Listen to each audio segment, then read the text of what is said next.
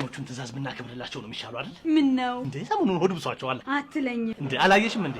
አንዷ ነርስ ግድንግድ መርፌ ይዘች ክል አድርጋ በቂጡ ላይ ጥያቄያችን ተመለሰ ወይስ ትቼው ልሂድ ስትል ልጁ ደንግጦ ነቀለው እንዲመንጭቆ ላጣለ እስካሁን አልቆም። ምኑ? እሱም ደሙ። እኔ ምን ወደ ገደለው የምትገባው ፀሐይ ከወጣች በኋላ ነው? አይ አሁን ነው። ይኸውልሽ ደህና ዳጎስ ያለ ገንዘብ የሚያስገኝ ሽቀላ ይዤ መጥቻለሁ። አሁን ሊሞቀኝ ነው። ገና ያለብሻል። በአንድ ቀን ስራ 30 ሺህ ብር እኮ ነው የምናገኘው። 30 ሺህ ብር? አሹ የፊት አትንሳኛ።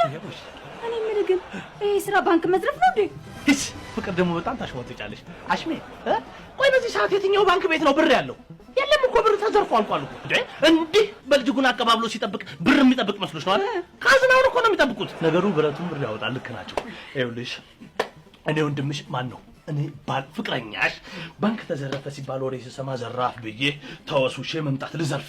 ከዛ በኋላ ከጥበቃው ጋር እንዲህ ስለያይ ወንድም ነፍስ አንጠፋፋ ግድ የለም ተረጋጋ ናግባ ይኸው እዚህ ብር የለም ብር ነበረ ነው የምንለው አለ።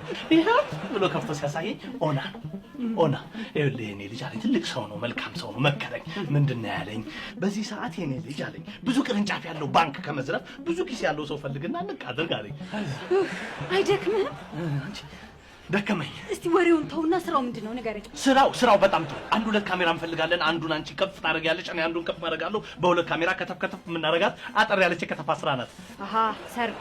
አይ ፍቺ እንዴት ነው የምንቀርጸው? በካሜራ ነው። አይኔ ፍቅር ቤት ቁጭ ስትይ ረሳሽው አይደል? ባክሱ አልጠፋብኝም። ምን ይሁን ብለን ነው እኛ ፍቺ የምንቀርጸው? የደንበኞች ትእዛዝ ይከበር ብለን ነው። ምንድን ነው የሚያመራምርሽ? ቆይ አንዴ ተረጋጋ። ግድ የለም ተረጋጋ። እኔ ምን አሁን እውነት ሰዎቹ ፍቺ ቅረጽልን ብለው ነው? ፍቅር ላፍ እንዴ! በዚህ በሌሊት በዚህ በብርድ ለቀልድና ለቱማታ ብርድ እየመዘመዘኝ ይመጣለሁ እንዴ? እሺ ቆይ ድግስ ደግሰው ነው? አይ እሱ እንኳን ኮክቴል ነገር ነው። ማፍ ድግስ ነው እያለሽ እንዴ? ቆይ አዳራሽ ተከራይተው ዲኮር አድርገው ምን ሊለብሱ ነው ግን?